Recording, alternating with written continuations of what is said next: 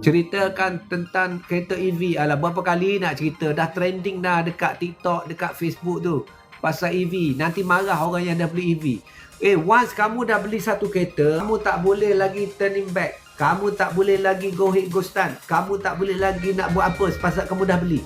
Jadi apabila kamu dah beli EV tadi, kamu nak jual balik, kau akan jual EV tu dalam waktu yang janda. Kereta tu janda. Jadi siapa orang nak beli kereta janda?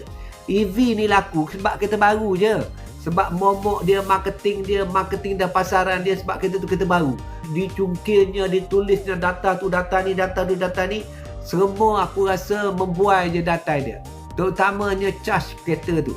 Kata charge free. Mana ada charge free? Kau kena pakai elektrik, dia bagikan kilowatt.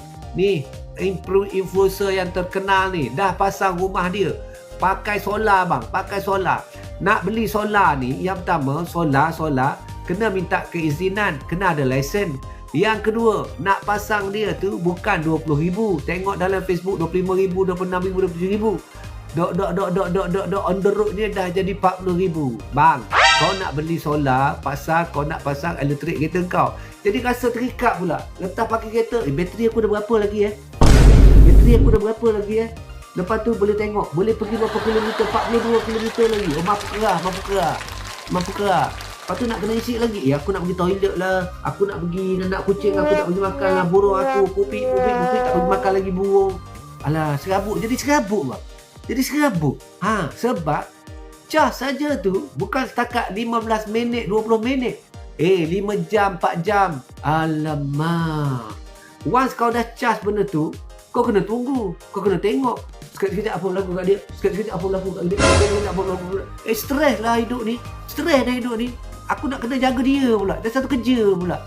Walaupun dia tak menyenangkan aku, tapi ni membuatkan aku sesak juga ni. Seksa.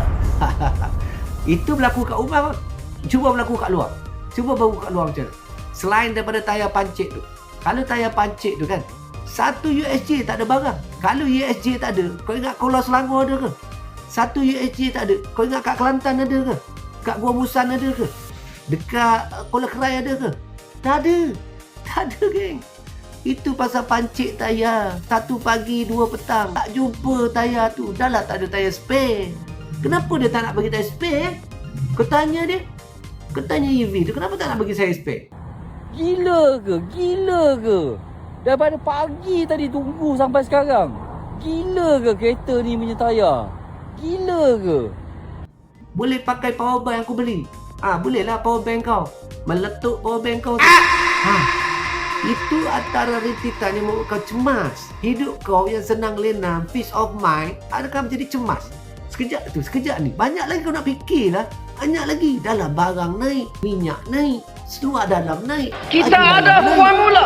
Alamak. Akan tetapi, sesiapa yang bawa pergi ke office, malam ni lupa nak charge bateri.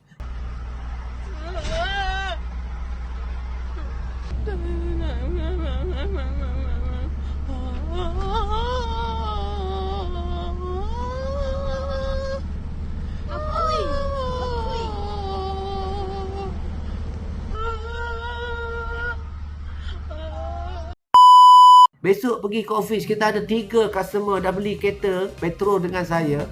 Dia kata pergi ke office dia beratur. Lepas tu ada dekat budak office dia curi kabel, curi elektrik office, charge dekat EV. Pakai alat daripada China, pakai plug dia, charge kepada EV. Kena tangkap bang.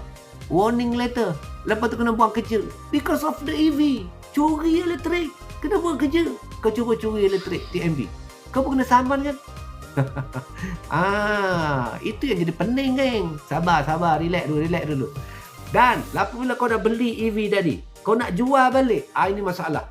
Kau cubalah advertise dekat media sosial. Mana-mana mesti akan tanya bank, berapa boleh loan ni? Siapa yang layak beli ke untuk second hand? Ada value ke tak ada? Bank tak bagi loan. Game punca untuk menyelamatkan diri kau keluar daripada kesedapan EV tadi. Apabila kau rasa tak seronok, kau nak keluar tu dah jadi tak seronok dan dah lagi stres. Kerana bank ataupun finance tak bagi loan. Yang lebih parah, kalau bagi loan dia bagi separuh je. Dia bagi separuh je geng.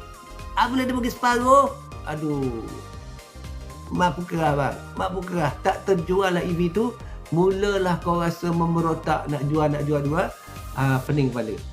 Maka deritalah engkau.